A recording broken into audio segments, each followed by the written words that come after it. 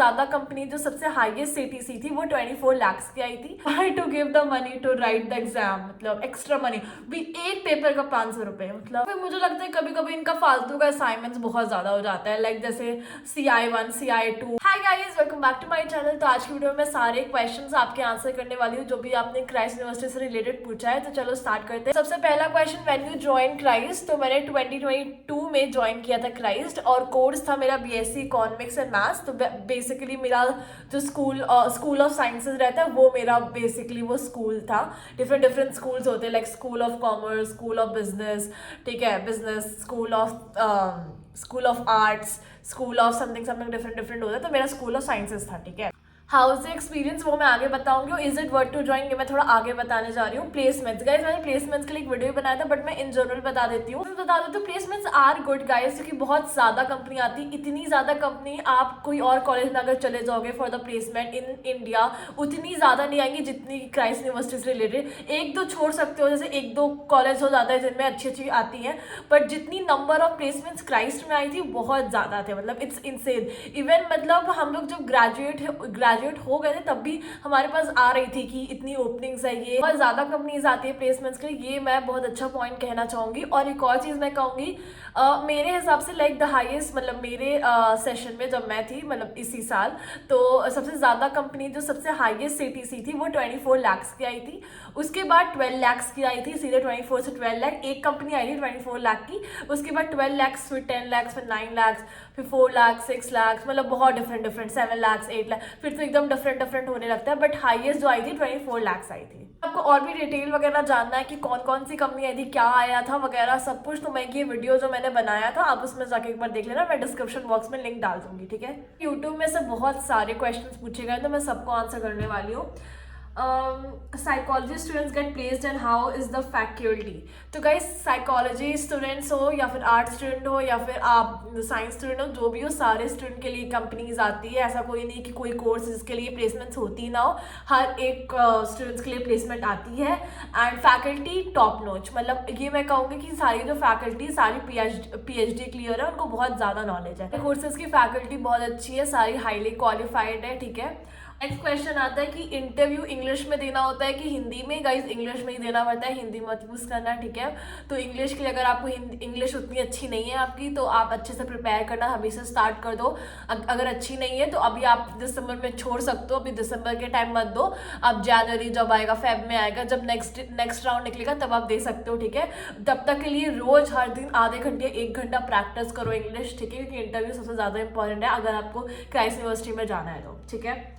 Guys, बहुत सारे लोग ये पूछ रहे हैं कि how to prepare for entrance test. Guys, books उठाओ, ठीक है, ये मत लिखो how to prepare for it. Books उठाओ, प्रैक्टिस करना स्टार्ट कर दो, बिकॉज जितने भी क्वेश्चंस आते हैं सारे डेटा इंटरप्रिटेशन के, लॉजिकल रीजनिंग आते हैं, फिर आपके जनरल नॉलेज, करंट अफेयर्स, ये सारे वगैरह आते हैं, ठीक है। तो प्रिपेयर करो, जितना आप प्रैक्टिस करोगे उतना अच्छा कर पाओगे, ये बहुत इंपॉर्टेंट चीज है। और बुक्स चाहिए तो मैंने डिस्क्रिप्शन बॉक्स में डाल दिया, वहां जाके ले लो, ठीक है। बुक्स आपको यही बस काम नहीं आएगी, आगे भी काम आएगी, ठीक है। वो प्लेसमेंट्स हो या फिर अगर आपको कोई जॉब का एंट्रेंस टेस्ट भी देना होता है, कि बहुत सारे जॉब्स का जब प्लेसमेंट्स होती है तो उसके लिए बहुत ज्यादा काम आएगी प्रिपेयर वगैरह करने के लिए, ठीक है। नेक्स्ट क्वेश्चन आता है, for entrance exam in May when should we fill up the form?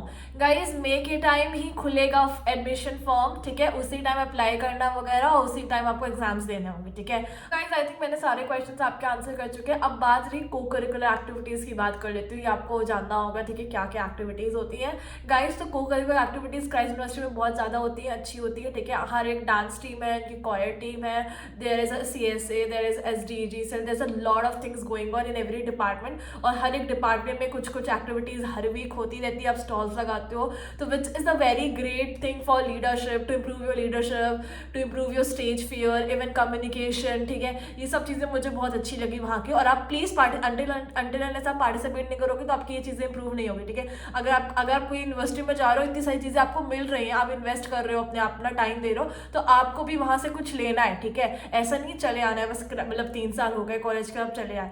आपको पार्टिसिपेट करना है और चीजें सीखनी है वहाँ, भले ही आपको कुछ नहीं आता होगा, ठीक है। तो वहाँ पे सब कुछ सीखना है आपको। तो वहाँ पे अगर आप को करिकुलर एक्टिविटीज वगैरह सब कुछ देखो तो बहुत अच्छा है, ठीक है।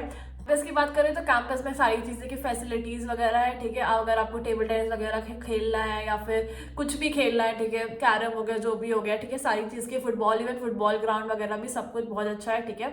अब हम स्कॉलरशिप के बारे में बात कर लेते हैं। तो गाइज मुझे मिली थी फी कंसेशन, ठीक है। उसमें क्या होता है, आपको आपका वो सेकंड ईयर में मुझे मिली थी, 1 साल के लिए मिलती है, ठीक है। तो आपके फर्स्ट ईयर में जो फर्स्ट सेमेस्टर सेकंड सेमेस्टर होता है, उसमें आपका बेसिकली वो देखते हैं क्या क्या आपके मार्क्स आए हैं, अच्छे थे आप बेसिकली मार्क्स देखते हैं सेमेस्टर, हर एक सेमेस्टर में, और आपकी अटेंडेंस देखते हैं। आपको पता होगा अटेंडेंस अगर आपकी 95 96 है तो आपको आराम से फी कंसेशन वगैरह मिल जाता है, ठीक है। और मेरी उस टाइम थी अच्छी खासी मतलब अटेंडेंस वगैरह, और I was good at studies, मतलब फर्स्ट सेकंड सेमेस्टर उस टाइम। तो उस टाइम बेसिकली आपका यही सब दोनों चीज़ें देखते हैं, ठीक है।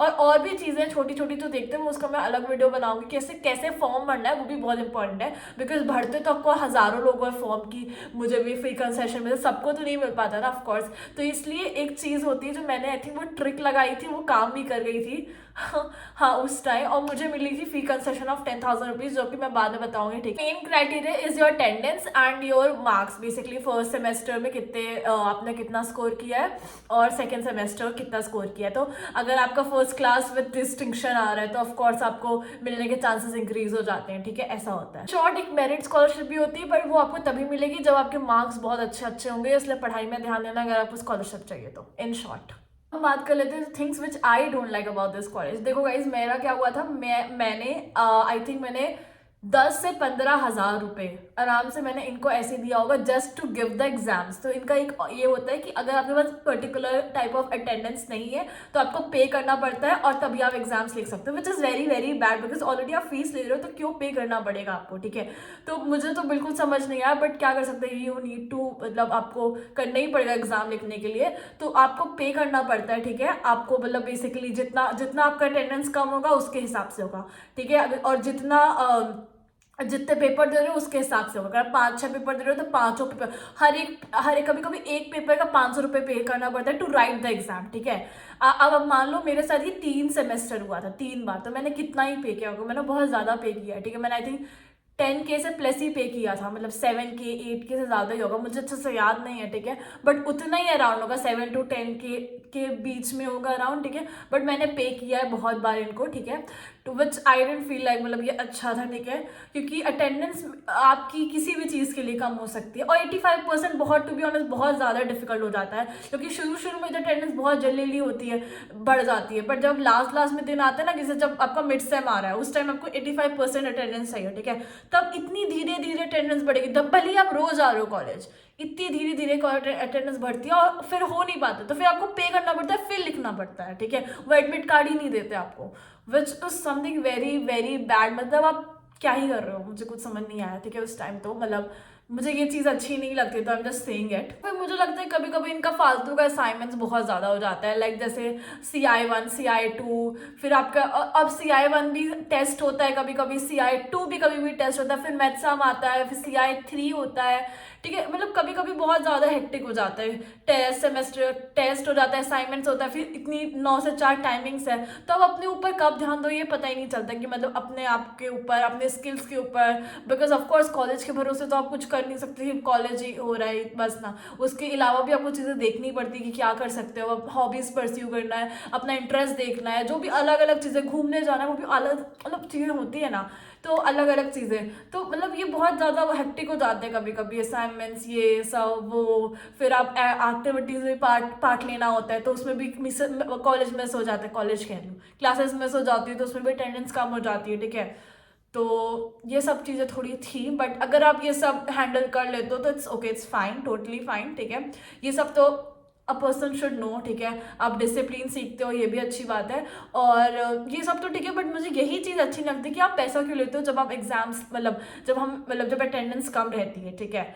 तो ये बहुत गंदा है, क्योंकि ऑलरेडी हम फीस दे रहे हैं, तो वाई टू टेक दैट, मतलब why to give the money to write the exam, मतलब एक्स्ट्रा मनी भी, एक पेपर का 500 रुपये, मतलब व्हाट इज दिस, आपने क्या खोल के रखा है, मुझे ये समझ नहीं आ रहा। तो मुझे बहुत गुस्सा आती थी जब मैं ये देती थी, बट मैं उस टाइम बोल नहीं सकती थी, तो now I am saying it, just like आपको बता रही हूँ कि जो भी आ रहा है Christ University. The question is it worth to join or not, I think guys आप पे डिपेंड करता है, मैंने आपको सारी चीज़ें बता दी हैं, सब अच्छी, आपको लगेगा कि हाँ अच्छा है, ब्रांड वैल्यू भी है इनकी, ये सब, but to be honest guys सारे कॉलेजेस सेम होते हैं, ठीक है। अगर आप कोई अपने सिटी में भी कॉलेज ले रहे हो और क्राइस्ट यूनिवर्सिटी ले रहे हो, क्या डिफरेंस है बेसिकली, इवेंट्स तो यहाँ भी होंगे, इवेंट्स तो यहाँ भी होंगे, है ना। ऐसा नहीं कोई भी कॉलेज में कोई इवेंट नहीं होता होगा, इवेंट्स हर जगह होते हैं, फैकल्टी हर जगह होती है, और पढ़ना आप ही से होता है। ऐसा नहीं कि फैकल्टी आके आपको पढ़ाएगी, ऐसा कभी कुछ नहीं होता है, आपको पढ़ना खुद से ही होता है, ठीक है। बस यही डिफरेंस हो जाता है कि ब्रांड वैल्यू होती है, तो आप चले जाते हो। हमने क्राइस्ट यूनिवर्सिटी का नाम सुना है, बट आप अपने कॉलेज के मतलब जो लोकल कॉलेज है उसका नाम नहीं सुने होंगे, इसलिए आप उस मतलब चले जाते हो उस टाइम। तो बेसिकली यही होती है ना, हर चीज़ की ब्रांड वैल्यू होती है, तो उसके लिए चले जाता। टू बी ऑनेस्ट, क्या अगर यहाँ भी जा रहे हो उधर भी जा रहे हो, मतलब लोकल कॉलेजेस भी कोई भी जा रहे हो या फिर थोड़ा मिड में भी जा रहे हो, तो कोई फर्क नहीं पड़ता है, टू बी वेरी ऑनेस्ट, ठीक है। ऐसा कुछ फर्क नहीं पड़ता, और ब्रांड वैल्यू से कोई घंटा फर्क पड़ता है, घंटा फर्क नहीं पड़ता, ठीक है। चाहे जितनी भी उसकी ब्रांड वैल्यू, अनटिल आपके अंदर कुछ अच्छी स्किल्स नहीं है, कुछ वो नहीं है, तो आप कुछ नहीं कर पाओगे अपने लाइफ में, ठीक है। तो बेसिकली यही है। तो आई होप आप मैं जो समझाना चाह रही हूँ आप समझ गए हो, ठीक है। एंड अगर आपको कोई भी क्वेश्चन है आप कमेंट से पूछ सकते हो, ठीक है। एंट्रेंस टेस्ट से रिलेटेड, इंटरव्यू के रिलेटेड मैंने सारे वीडियोस बनाए हुए हैं, और मैंने बुक्स भी बता दी हैं आपको। तो that's it for the video, thank you so much for watching. मैंने बहुत ज़्यादा अपना कुछ ज़्यादा ही बता दिया मैंने। That's it for the video. Thank you so much for watching. Please do subscribe to my channel and thank you so much for watching.